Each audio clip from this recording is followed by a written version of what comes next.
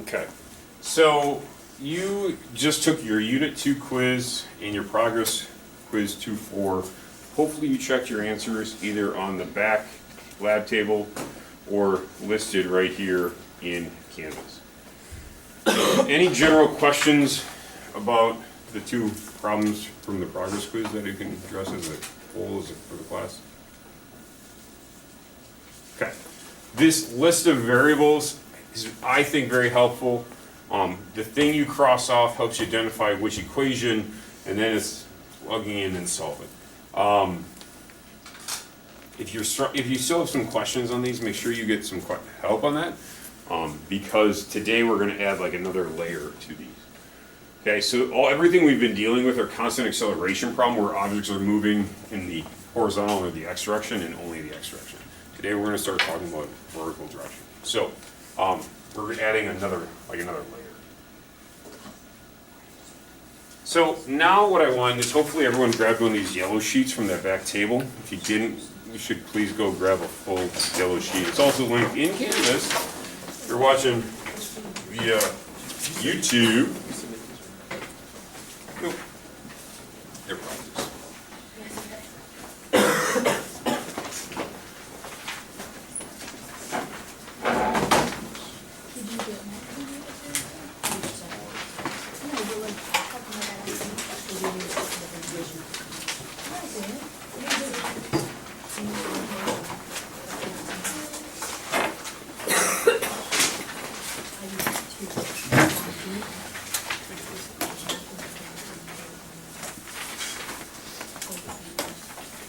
So this yellow sheet, we're going to call it, it's called 1D motion problem types.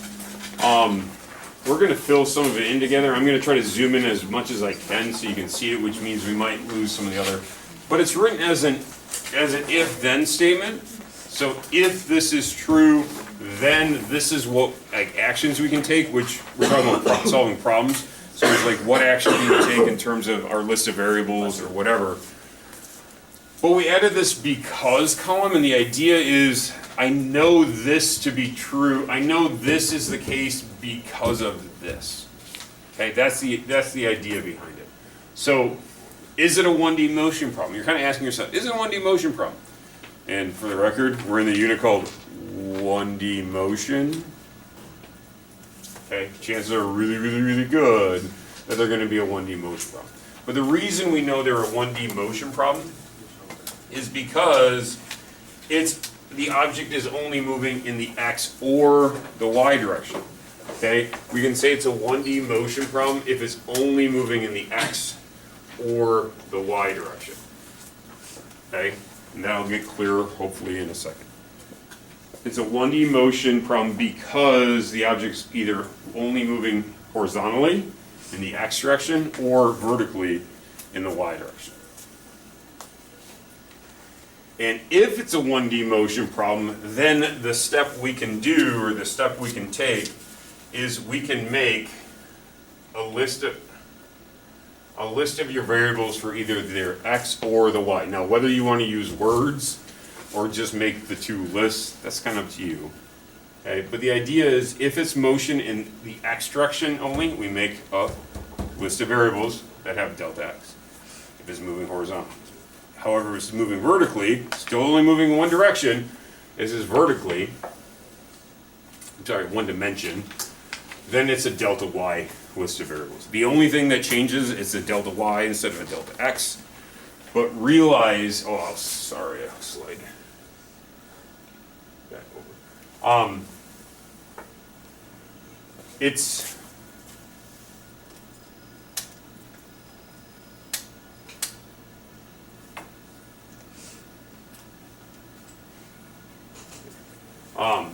if it's vertical, then we use this on our list of equations, this half sheet. There is no equations that have a delta y, but they're the same equations. So instead of this being a delta x, you'd put delta y, you'd put a delta y, you'd put a delta y, you'd put a delta. That's it. Same 5 equations. You just substitute. Okay. The next one talks about if the problem type, the object is moving at a constant velocity. Now, there's some kind of giveaways. if an object is moving at constant velocity, sometimes it says it's moving at a constant velocity, like it's very direct. Okay, it might say, it says velocity is constant, or it might say the acceleration is 0. Those are two different ways to kind of say the same thing, right? A car is moving with a constant velocity of 10 meters per second. Constant velocity is what they're telling you. And if the object is moving with constant velocity, then our acceleration is 0. And if your velocity is constant, your initial velocity is equal to your final velocity, right? Velocity is constant, your initial and final are going to be the exact same because they're constant. And I'll talk about, I would strongly encourage you to then use equation number 3. There's a different one you could use. 3 is a good one, and I'll show you one in a second. So that's if they point blank said that velocity is constant. Now if they said the object is not accelerating or the acceleration is 0, same thing is still true. Acceleration is 0 means your velocity is constant, which means your acceleration is 0, your initial velocity is equal to your final velocity. And I encourage you to use equation number 3. Now, why equation number 3? I'm so glad someone asked that. Oh, thank you, thank you. So equation number 3. This is equation number 3 and say, oh, number 3 looks terrible. It's got t and a t squared. Why would you choose that one? Because if your acceleration is 0, what's 1/2 times 0? 0. Times t squared? 0. Right? This whole back term cancels out. And what we're left with is displacement equals your initial velocity times time. Distance is equal to speed times time. That's really what that's going to be. You could use equation number 5. It gets you to kind of the same thing. I would encourage you to use equation number 3. There are other ones. 3's a good one because of that, though.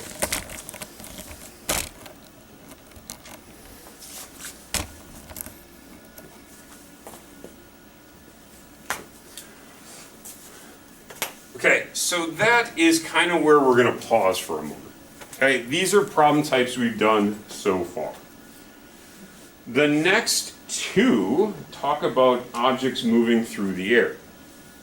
So when an object moves freely through the air, it's called a free fall problem.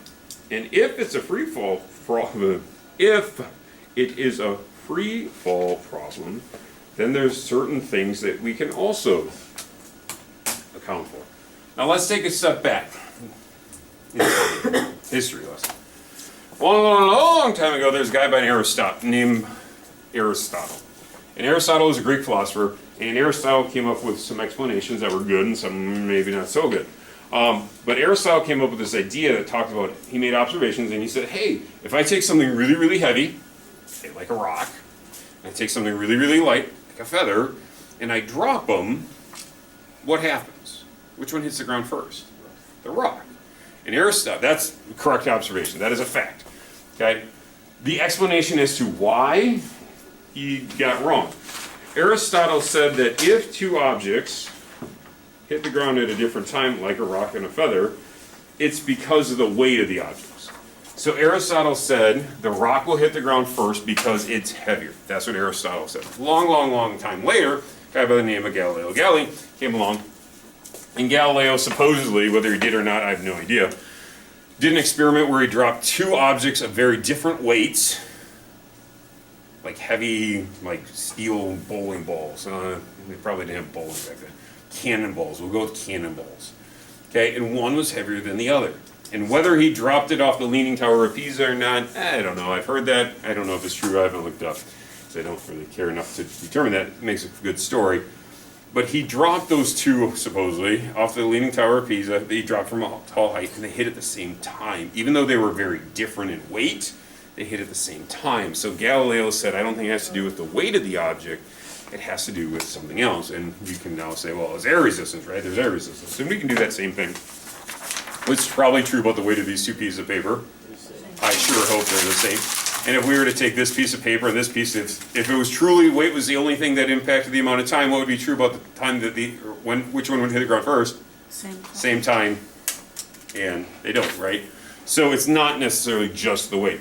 So why did the crumpled up one hit faster than the non-crumbable wood, because of Air resistance. air resistance. Very good, there's air resistance. So fast forward to the I think it was the 70s, I think it was 1970s. There was a couple Apollo moon missions that we went on. We sent astronauts to the moon. And in the Apollo 15, I don't remember the guy's name, David Scott, because it says it in the description, he did this experiment on the moon where he took a feather and a hammer, kind of, okay, he didn't do my experiment, he did a feather and a hammer. Okay, why do you think he did this on the moon? Gravity is different, that's true. There's no wind, or let's go a little bit better than no wind. No air resistance. There's no air resistance because there's no atmosphere. There is no air on the moon. Okay? So he did it on the moon because there was no air resistance. Now, great point. The gravity is different on the moon than it is on Earth. Oh, by the way, people on video, you can't watch this because this is copyrighted, so you're going to have to watch this on the agenda. Okay, so because there is no air resistance, now you take a feather and you take a hammer and you drop them, and the time that they hit is going to be the same because now there isn't that air resistance. So we'd say that they're moving freely through the air. So in the absence of air resistance, an object moves freely through the air. Now, we can do a little bit better than that. This is, all right, so those two videos go and show that, hey, if we could remove air resistance, then the only force acting on an object is gravity. And if gravity is the only thing acting on it, then we should, oops, that was the wrong button. If the only thing acting on on the object is gravity, then we should be able to draw some conclusions. Now, we really kind of oversimplify most of the things we do when we deal with gravity because if I take a hammer and I drop it, is gravity the only force acting on that hammer? No, there's actually air resistance, right? But is the air resistance significant enough to the force of gravity to greatly impact that? And the answer is no. When we get things fairly heavy, and I say fairly heavy, even like a pen would be heavy enough that the air resistance was what we would consider to be negligible, or enough that we can just ignore it, it's small enough. So if we can ignore air resistance, we can then say it's a free fall problem. Okay? And if it's a free fall problem, we can say gravity is the only force acting on it. So it's a free fall problem because gravity is the only force acting on the object. Now realize that never really happens in true real life, right? If I drop this pen, there's air resistance. But it's small enough that we can ignore. We can ignore that fact. So we call it then a free fall problem. Okay? An example of something that's not a free fall problem? Well, here, let's start with what a free fall problem looks like.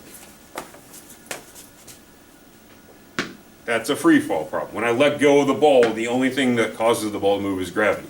An example of not a free fall problem is that. Except for, once it leaves my hand, what's the only force acting on it once it leaves my hand? And then it becomes a free fall problem. But while it's in my hand, I was also acting on it, right? So it's a free fall problem if gravity is the only thing acting on it. And if that's the case, then in my list of variables, I can say that my acceleration is equal to negative g. And on Earth, g on Earth is 9.8. Now remember, acceleration is a vector. Vectors need direction. And which way does gravity pull? Down. And it causes things to accelerate down, down. So it's negative. Now on the moon, is g bigger or smaller? Smaller. It's about a sixth, 1/6. And it has to do with two things. Newton came up with this idea called universal law of gravitation. Basically, any two objects that have mass are attracted to one another. But the force of attraction, we call that gravity, is dependent upon the mass of the two objects. But if I go to the moon, my mass is the same here on Earth as it is on the moon, so we can kind of ignore that one. It's the mass of the object, so the Earth versus the moon, and the distance I am from the center of the moon or the center of the Earth. So why is gravity greater here on Earth? Well, two reasons. The Earth is heavier, and the distance is an inverse squared relationship for the radius. So divided by the radius you are from the center of the Earth squared. So the Earth is much bigger and also much heavier, therefore the gravitational force is much larger. It's about a sixth, though, is what our gravitational acceleration on the moon is. Now, this number we can say is relatively constant on anywhere on this Earth's surface.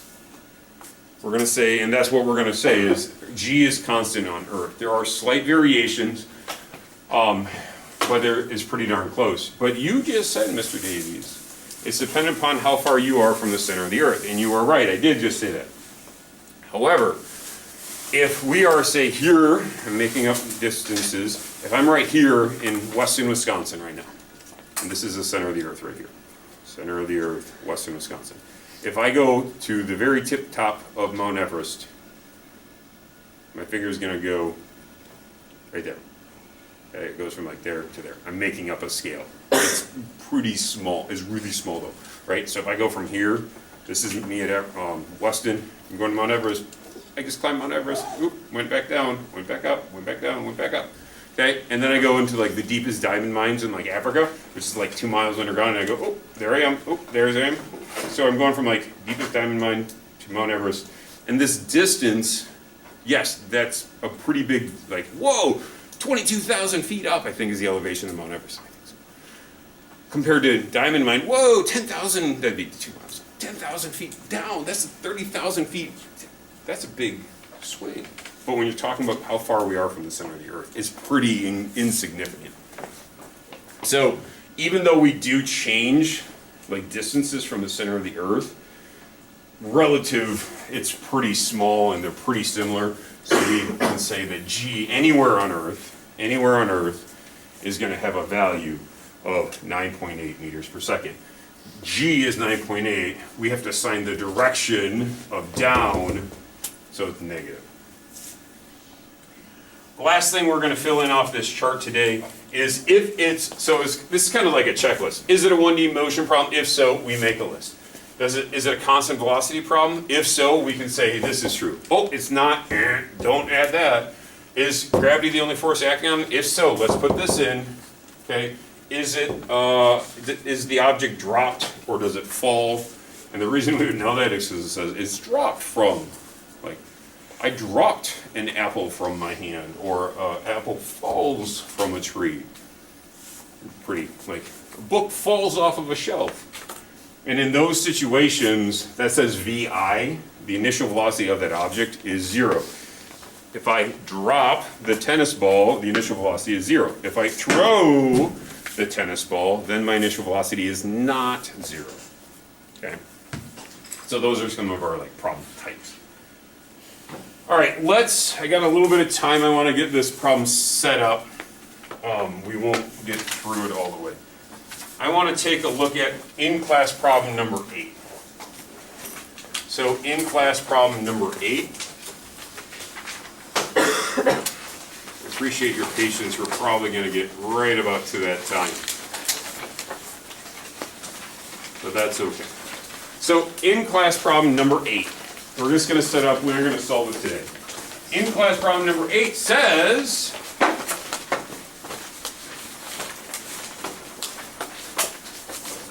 an apple falls 3 meters from a tree and lands on Sir Isaac Newton. How fast is the apple going when it hits him in the head? Okay, and then there's a second question I'm not even going to look at right now. So I go through, like I've been doing, I've been underlining, circling, highlighting. I highlighted because I had a highlighter. Maybe you just want to circle it. An apple falls 3 meters. That's the only number that they give us. And the question is how fast? So if we take a look at that yellow sheet and we kind of work through those if-thens. Is it a 1D motion problem? Yes, because it's only moving in one direction. Okay? So if it's a 1D motion problem, which all these are gonna, then we can make a list of variables. Is it a delta x column or a delta y column? It's a delta y column. Why? Because it's moving forward vertically. It's moving vertically. I almost screwed up my own. Okay, because it's a 1D motion problem, we can go through and we can make a list of my variables. It's a delta y problem. Now, let's take a look at our numbers. What numbers can we pull from this thing? There's only one number, right? 3 meters. Meters, what is that? The delta y, okay? So our delta y is 3 meters. Now remember, displacement is a vector and it needs a direction. Okay, now if we were talking an object was moving this way 3 meters, what would we say delta x was? Positive or negative? Positive. What if it was moving this way 3 meters? We'd say it's a? Negative. Okay, now what if it goes this way 3 meters? Positive, but if it goes this way, okay, so we need a negative because it's telling us the object's moving down negative 3 meters. That's important, you gotta pull that from the information. How fast will it be moving when it hits him in the head? My final velocity is a question mark. That's what we're gonna solve for. Now, I wanna try to get this taken care of right now. A lot of people are like, oh, if it hits him in the head, the apple stops. Okay? No. Okay? Because this is, well, we haven't gone there. It's a free fall problem. The only force acting on the apple is gravity before it hits him in the head. Okay? So we're talking about the apple falling through the air, not the apple hitting him, actually hitting him in the head. So how can you approach this? There's a couple different ways you can think about it. If you were to take a video, okay? If our videos are nothing more than a bunch of pictures, right, stitched together. If it, hit me in the head, if you go back one frame, now it's just off, that's the velocity I want to know. It's that microsecond before it actually impacts his head, that's what we're trying to find. A lot of times we say as it hits him in the head, okay? We're talking about that instantaneous velocity or that velocity right as the impact is just about to happen. Now if we go down the list, the second thing on our yellow list is this a constant velocity problem? Is the object moving with a constant velocity? Sure. How fast is the object initially moving? We haven't quite got that far. It's going to go 0, right? That's bullet point 4. If it's not moving, and if the velocity is constant, what's the final velocity of that apple then? 0. Does that mean the apple even moved? Right, it's changing. Okay, an object moving, falling through the air is going to change. It doesn't say anything about velocity being constant.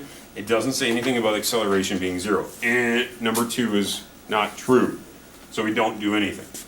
The third thing, is this a free fall problem? Is gravity the only force acting on that apple? Yes. So because of that, we can then say, oh, this is a free fall problem. The acceleration is going to be negative g, which on Earth is negative 9.8 meters per second squared. And unless I very specifically tell you we're at another location, we're on Earth. The fourth thing, is the object dropped or does it fall? Yeah. So therefore, we can say that my final velocity, or I'm sorry, my initial velocity is 0. Does it say anything about time in our first question? So we can cross that off. Now, like looking at this half sheet, which equation would we choose then? The thing that we don't care about we crossed off, we want to make sure we pick an equation that doesn't have that thing in it. So which equation would we use? 1, 2, 3, or 4? Equation number 4. I'll write this down and then I'll let you go. Our fourth equation looks something like this. Now notice I put a delta y in it because the object's moving in the y direction, not the x direction. Okay, and that's where we'll pick up tomorrow. but identifying this is gonna be important. Was only one number in this whole thing, everything else was like, I was gonna say perceived or implied. We can pull information by problem type, so getting to know these problem types is gonna be helpful. If you have questions about like the motion and the x direction, make sure you get those questions answered soon.